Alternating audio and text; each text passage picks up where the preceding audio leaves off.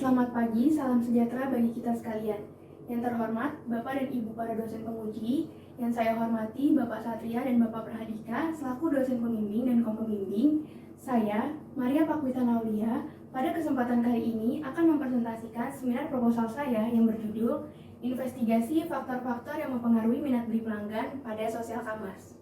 Era globalisasi menjadikan kecepatan teknologi berkembang kian pesat dan menimbulkan perubahan gaya hidup serta cara berpikir masyarakat Indonesia. Sebesar 64% atau 175,4 juta jiwa merupakan penetrasi pengguna internet di Indonesia, dan sebanyak 59% atau 160 juta jiwa penduduk Indonesia aktif menggunakan media sosial. Data yang didapat dari Global Web Index menemukan bahwa 96% pengguna internet pernah mencari produk atau layanan untuk dibeli secara online.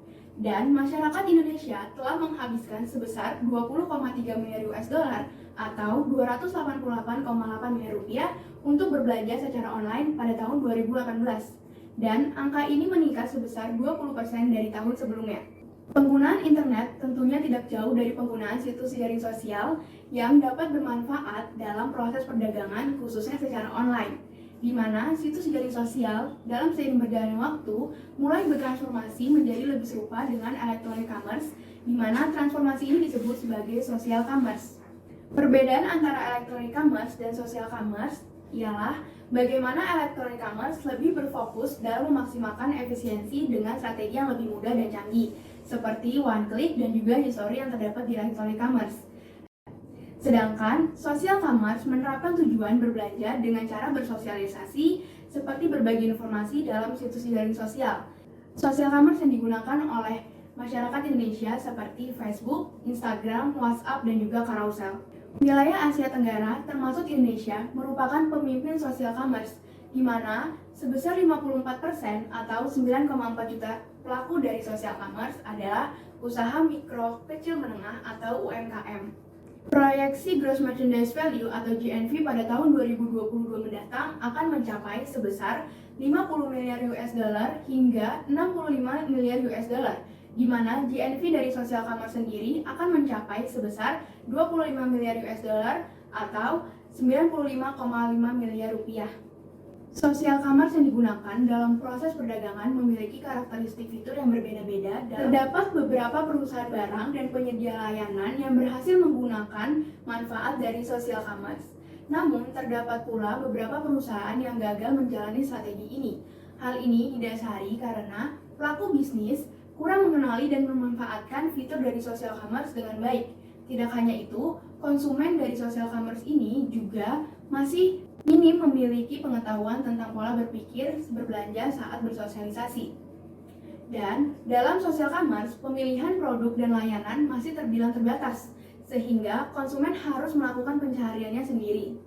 Sementara, kesuksesan sebuah bisnis di platform commerce dapat mengacu pada minat seseorang untuk membeli barang dan jasa, di mana minat beli menjadi indikator utama untuk mencapai keunggulan kompetitif pelaku bisnis dan platform social commerce, di mana hal ini merupakan konsekuensi akhir yang dialami pelanggan dalam berbelanja platform commerce karena berbelanja secara online masih dianggap beresiko dibandingkan berbelanja secara offline.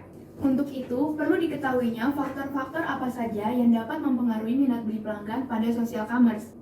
Tujuan penelitian ini adalah yang pertama, untuk menganalisis karakteristik pelanggan yang berbelanja di social commerce, mengidentifikasi serta menginvestigasi faktor-faktor minat beli pelanggan pada social commerce di Indonesia sebagai rekomendasi strategi perusahaan. Penelitian ini memiliki beberapa landasan teori yang digunakan. Sosial media. Sosial media didefinisikan sebagai suatu instrumen baru yang berfungsi untuk berkolaborasi dan berkomunikasi dengan orang lain. Selanjutnya, social commerce. Social commerce mengacu pada aktivitas dan transaksi yang hampir serupa dengan electronic commerce melalui lingkungan sosial media. Social commerce juga memiliki dampak sosial ekonomi yang dikategorikan dalam 3 bidang, yaitu penciptaan lapangan kerja, sumber finansial, dan kesetaraan sosial. Landasan teori selanjutnya ialah purchase intention yang didefinisikan sebagai perilaku konsumen yang muncul atas suatu pengalaman dalam memilih, menentukan, serta mengonsumsi suatu produk. Selanjutnya adalah trust atau kepercayaan yang merupakan keyakinan individu yang timbul secara konsisten. Rasa kepercayaan dapat meningkatkan minat beli pelanggan karena kurangnya interaksi secara langsung dapat menimbulkan kecurigaan dari pelanggan. Pelanggan dapat mencari informasi tentang produk dan jasa di platform online, atau hal ini disebut dengan information seeking. Social commerce information seeking merupakan upaya konsumen untuk mendapatkan serta meningkatkan informasi dari sebuah produk ataupun jasa yang dapat dilihat dari review dan rating yang ada di social commerce. Informasi dalam platform online dapat mengekspos pengguna dalam pencarian informasi yang akan meningkatkan perasaan dan kehadiran yang begitu penting. Yang berikutnya adalah familiarity atau keakraban, di mana hal ini didefinisikan sebagai tingkat pengetahuan atau informasi di mana seseorang dapat memahami tentang objek tertentu. Selanjutnya ialah social presence, di mana hal ini merupakan bagaimana perasaan seseorang merasa nyata berkomunikasi dengan orang lain di media komunikasi. Hal ini biasanya dapat dilihat bagaimana seseorang mengirimkan emoji ataupun emoticon. Satisfaction atau kepuasan merupakan kondisi di mana seseorang terpenuhi atas kemauan ataupun kebutuhan serta ekspektasinya.